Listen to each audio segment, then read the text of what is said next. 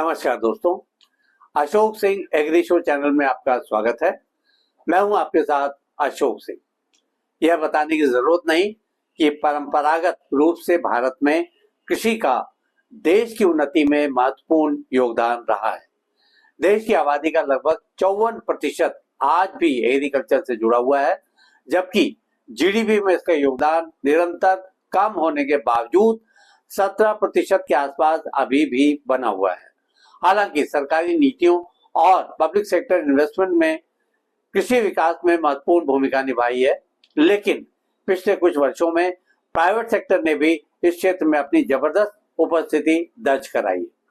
Private sector ने न केवल टेक्नोलॉजिकल प्रोग्रेस के माध्यम से खेती को मॉडर्न बनाने में योगदान दिया है, बल्कि एग्री इंफ्रास्ट्रक्चर, मार्केटिंग, प्रोसेसिंग और सप्लाई प्रणालियों को भी मजबूती प्रदान की है। आज का हमारा एपिसोड इसी विषय पर आधारित है।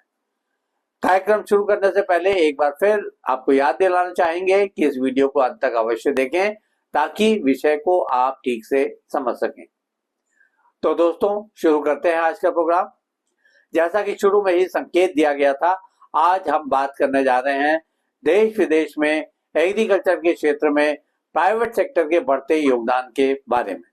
यह तो स्वीकार करना ही होगा कि दुनिया भर में आ रही तकनीकी क्रांति में प्राइवेट सेक्टर का योगदान उल्लेखनीय है।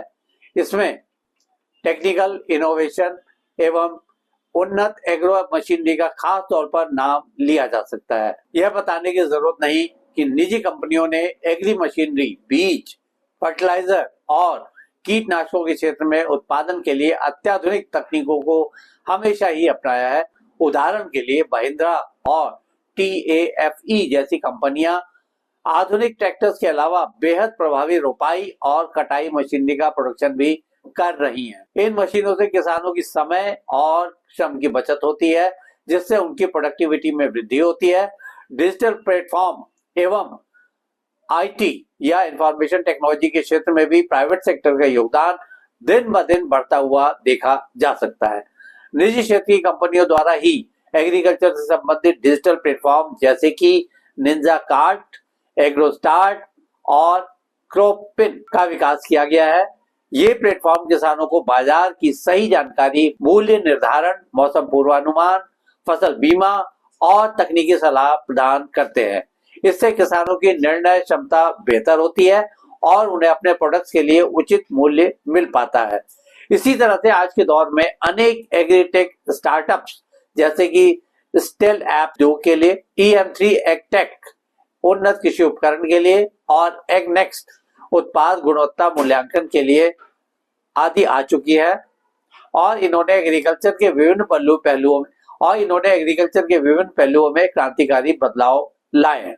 ये स्टार्टअप्स कृषि क्षेत्र में इनोवेशन को बढ़ावा देकर किसानों की आय में सुधार और प्रोडक्शन में वृद्धि करने में मददगार सिद्ध हो रहे हैं। ये कंपनियां न केवल किसानों के लिए बल्कि कृषि से जुड़े प्रोसेसिंग, लॉजिस्टिक, मार्केटिंग एवं IT तथा फाइनेंशियल सेक्टर में भी रोजगार के नए अवसर पैदा कर रही हैं। उदाहरण के तौर पर फूड प्रोसेसिंग इंडस्ट्री में नेस्ले, कारगिल और पेप्सिको जैसी कंपनियां व्यापक रूप से अपने कारोबार को बढ़ा रही हैं, जिससे स्थानीय समुदायों के लिए हजारों नए रोजगार के अवसर उत्पन्न हो रहे हैं। इनके द्वारा विकसित agro market platform, cold chain infrastructure और लॉजिस्टिक नेटवर्क से ग्रामीण क्षेत्रों में सेल्फ एम्प्लॉयमेंट की संभावनाएं बढ़ी हैं।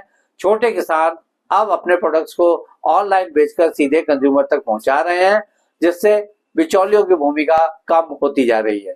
इससे किसानों को बेहतर मूल्य प्राप्त होने के साथ साथ ग्रामीण क्षेत्रों में आय असमानता में भी सुधार हो रहा है। एग्रीकल्चर प्रोडक्ट्स की प्रोसेसिंग एवं पैकेजिंग यूनिट्स के निर्माण में प्राइवेट सेक्टर का बढ़ता इन्वेस्टमेंट भी रोजगार के नए अवसर पैदा कर रहा है। उदाहरण के लिए रिलायंस फूड्स और ITC जैसी कंपनियां नए फूड प्रोसेसिंग यूनिट स्थापित कर रही हैं, जिससे स्थानीय स्तर पर टेक्निकल तथा मैनेजमेंट के स्किल्स में ट्रेंड कर्मचारियों की मांग बढ़ी है। इसी तरह से बहुराष्ट्रीय कंपनियों या मल्टीनेशनल कंपनियों का इन्वेस्टमेंट भी हाल के वर्षों में एग्रीकल्चर में काफी तेजी से बढ़ा है। भारत में कई बहुराष्ट्रीय कंपनियां एग्रीकल्चर से जुड़े विभिन्न क्षेत्रों में निवेश कर रही हैं। उदाहरण के तौर पर बायर और सिंजेंटा जैसी एग्री केमिकल कंपनियां हाई क्वालिटी वाले बीज, फर्टिलाइजर और कीटनाशक का प्रोडक्शन और मार्केटिंग कर रही है।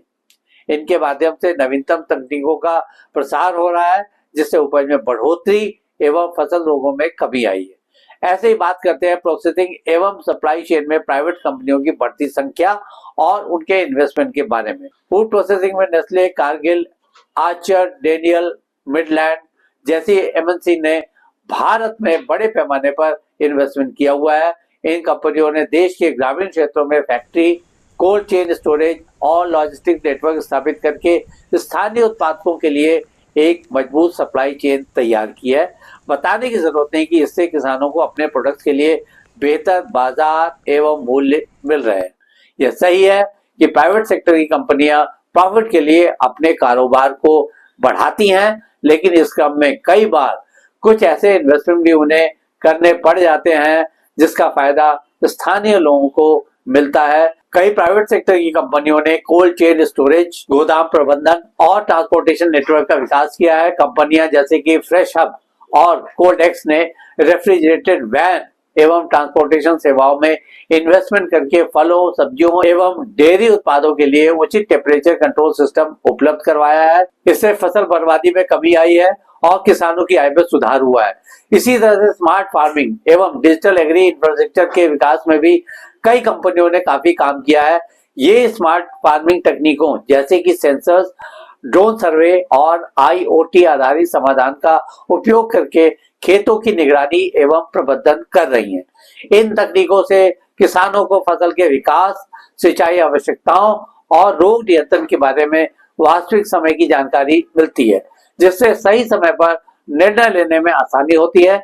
एग्रो प्रोडक्ट्स की प्रोसेसिंग, पैकेजिंग एवं मार्केटिंग के लिए इन प्राइवेट सेक्टर की बड़ी कंपनियों ने बड़े पैमाने पर एग्री फूड पार्क स्थापित किए हैं। रिलायंस और आईटीसी जैसी कंपनियों ने इन पार्कों के माध्यम से एग्रो प्रोडक्ट्स का वैल्यू एडिशन करके उन्हें घरेलू एवं अंतर्राष्ट्रीय बाजारों में पहुंचाया है। इससे किसानों को बेहतर मूल्य मिल रहे हैं और एग्रीकल्चर आधारित उद्योगों में रोजगार के अवसर बढ़ रहे हैं।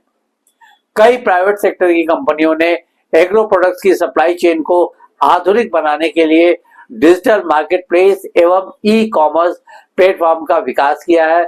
इन प्लेटफॉर्म से किसान अपने प्रोडक्ट्स को बिना बिचौलियों के सीधे कंज्यूमर तक पहुंचा सकते हैं। उदाहरण के लिए निंजा कार्ट जैसे प्लेटफॉर्म ने किसानों को बड़े शहरों में उपलब्ध फूड ऑर्डर्स की मांग से जोड़कर उनकी आय में सुधार किया है। यहाँ कुछ उदाहरणों से इस तरह की उपलब्धियों को जानना और समझना कुछ कम दिलचस्प नहीं होगा। जैसे महिंद्रा ट्रैक्टर्स ने आधुनिक कृषि मशीनरी का विकास कर किसानों को श्रम बचत एवं समय की बचत के साथ उत्पादन बढ़ाने में मदद की है।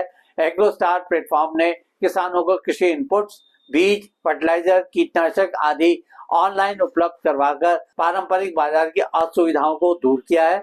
नेस्ले एवं कारगिल एमएनसी ने भारत में फूड प्रोसेसिंग एवं कोल्ड चेन इंफ्रास्ट्रक्चर में बड़े पैमाने पर इन्वेस्टमेंट किया है, जिससे किसानों को सीधे बेहतर मूल्य एवं व्यापक बाजार उपलब्ध हुआ है। निंजा कार्ट नामक डिजिटल मार्केट प्लेस ने किसानों को बिना मध्यस्थ के सीधे बड़े शहरों के रिटेलर से जोड़कर उनके उत्पादों के लिए उचित मूल्य सुनिश्चित किया है। आज के एपिसोड में बस इतना ही दोस्तों। कल एक नए विषय पर चर्चा करने के लिए दोबारा इसी समय पर हाजिर होंगे। दोस्तों, अगर आपको ये वीडियो उपयोगी लगा हो तो इसे लाइक करें, शेयर करें और हमारे चैनल को सब्सक्राइब करना ना भूलें। आपके पास कोई सवाल या सुझाव हो तो कृपया कमेंट बॉक्स में लिखें। हम आपके सवालों का जवाब देने के लिए हमेशा तैयार हैं। अगले एपिसोड में फिर एक नए मुद्दे के साथ आपसे मुलाकात होती है। तब तक के लिए नमस्कार।